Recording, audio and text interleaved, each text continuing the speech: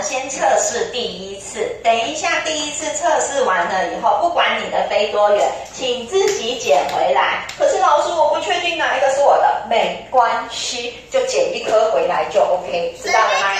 对，随便捡一颗回来就 OK。工具备好了，对，然后再回到位置上，我们就可以比赛第二次咯。